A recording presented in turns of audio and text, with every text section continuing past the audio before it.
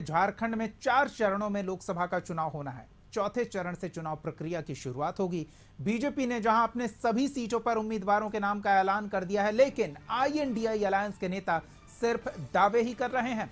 अभी तक गठबंधन की तरफ से उम्मीदवारों का ऐलान नहीं हुआ है। लगातार देरी हो रही है, जिसको लेकर विपक्षी बीजेपी सवाल उठा रही है। हालांकि दावा किया जा रहा है कि अंदर सब कुछ तय कर लिया गया है। कांग्रेस 7, जेएमएम 5, सीपीआई-एमएल और आरजेडी एक सीट पर उम्मीदवार उतार सकती है। लेकिन सवाल उठता है कि अगर सहमति बन गई है तो फिर इसे सार्वजनिक करने में आखिर परेशानी क्या आ रही है।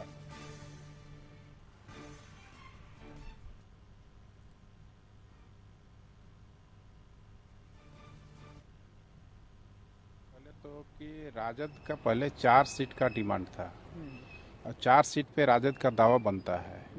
इसमें पलामू, चतरा, कोडरमा और गोड्डा यहाँ पूरी तरह से राजद के ही दावा है। राजद के ही वोट से हार जीत होना है, लेकिन महागठबंधन को लेके चलना है। हम लोग को गठबंधन धर्म का पालन करना है और बीजेपी को हटाना है।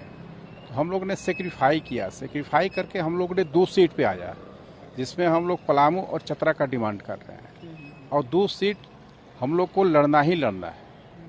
अब 2 सीट से ज़्यादा सेक्रीफाइस नहीं कर सकते।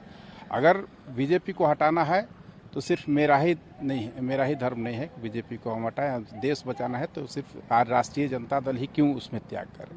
आरजेडी अपना ये हट छोड़ गए। हम भी तो वहाँ पर उनको, बिहार में हम भी है, हमारे लिए तो कभी एक सीट नहीं छोड़ा।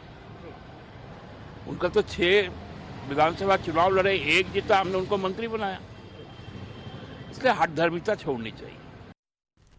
तो 6 लड़ा, 1 जीता, फिर भी मंत्री बनाया उस इकलौते विधायक को, जेएमएम का ये कहना है। जबकि आरजेडी का ये कहना है कि गठबंधन में सब शामिल हैं, सिर्फ आरजेडी ही बीजेपी के विजय रथ को रोकने का जिम्मा क्यों उठाए, कुर्बानी सिर्फ आरजेडी क्यों दे। सहयोगी रुचि शर्मा हमारे साथ जुड़ रही हैं। रुचि, इन परिस्थितियों में क्या लगता है, तालमेल आसान होगा आईएनडीआई अलायंस में? हाँ बिल्कुल दीपक, देखिए सही कहा आपने, तालमेल इतना आसान नहीं है। जिस तरीके से अपनी जिद पर आरजेडी अड़ा है कि झारखंड में भी राजद को 2 लोकसभा सीट पर दावेदारी बनती है और हमें 2 लोकसभा सीट चाहिए, यानी चतरा और पलामू की जो सीट है वहां पर राजद के प्रत्याशी जो है बतौर उम्मीदवार खड़े होंगे। और ऐसे में देखिए झारखंड मुक्ति मोर्चा हो, कांग्रेस हो, वो इस बात से सहमत नहीं है और यही वजह है कि देरी जो है सीट शेयरिंग को लेकर के औपचारिक घोषणा जो है अभी भी नहीं हो रही है, या फिर अंदर खाने में कांग्रेस को लेकर के भी किचकिच जो है वो चल रही है, क्योंकि कई प्रत्याशी ऐसे हैं जो नामों को लेकर के सहमत नहीं है। तो ऐसे में कई जगह से सीटों को लेकर के 2-3 ऐसी सीट हैं, जैसा कि वित्त एवं खाद्य आपूर्ति मंत्री डॉक्टर रामेश्वर उरांव ने कहा कि 3 ऐसी सीटें हैं जिस पर प्रत्याशियों के नाम को लेकर के भी संशय बरकरार है। ऐसे में जल्द ही 7-5-1-1 का फॉर्मूला जो है वो तय कर लिया गया है और औपचारिक घोषणा कर ली जाएगी। लेकिन देखिए इसमें राजद जो है वो सबसे बड़ी अड़चन बन रही है।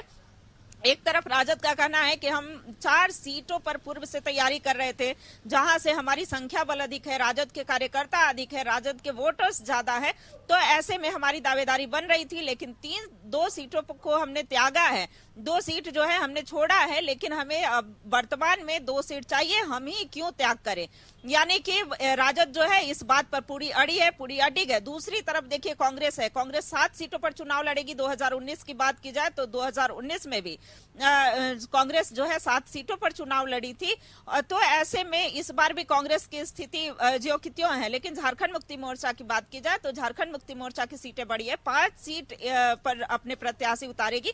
लेकिन औपचारिक घोषणा आखिर क्यों नहीं, इस सवाल पर देखिए झारखंड मुक्ति मोर्चा के केंद्रीय महासचिव ने राजद को नसीहत भी दी है और यह कहा है कि अपनी हठधर्मिता छोड़े। जहां तक त्याग की बात है तो बिहार में ये रुचि, एक चीज समझना चाहेंगे आपसे, क्या हेमंत सोरेन की गैर मौजूदगी जेएमएम को इन परिस्थितियों में अखर रही होगी?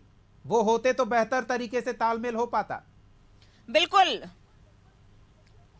बिल्कुल बिल्कुल दीपक, देखिए सही कहा आपने, लेकिन समय दर समय जो है जेल में भी जाकर के मुलाकात होती है। मुख्यमंत्री चंपई सोरेन की बात की जाए तो वो जाकर के मुलाकात करते हैं। प्रत्याशियों के नाम की घोषणा से पहले भी उनकी सहमति होगी, वहां से मुलाकात होगी और उसके बाद ही घोषणा की जाएगी। लेकिन राजद जिस तरीके से अपने जिद पर, अपनी हठधर्मिता पर अड़ी है, वैसे में देखना होगा कि राजद को घुटने टेकने पड़ते हैं महागठबंधन के आगे, झारखंड मुक्ति मोर्चा के आगे, कांग्रेस के आगे, या फिर झारखंड मुक्ति मोर्चा या कांग्रेस को झुकना पड़ता है। देखिए यहाँ पर जो बात आ गई है, यानी कि राष्ट्रीय जनता दल के नेता हैं, जो झारखंड राजद के नेता हैं, वो लालू प्रसाद यादव से जाकर के मुलाकात की है। देखिए कुछ दिनों पूर्व की बात अगर याद की जाए, यानी 2019 की बात की जाए, तो उस समय भी झारखंड मुक्ति मोर्चा ने रिक्वेस्ट किया था, अनुनय विनय किया था लालू प्रसाद यादव से कि उन्हें जो है बिहार में एक सीट देना चाहिए। लेकिन उस समय लालू प्रसाद यादव की तरफ से यह साफ इनकार कर दिया गया था। तो समय का पहिया घूमकर फिर वहीं पहुंचा है और इस बार आरजेडी की दावेदारी और जेएमएम का ये कहना कि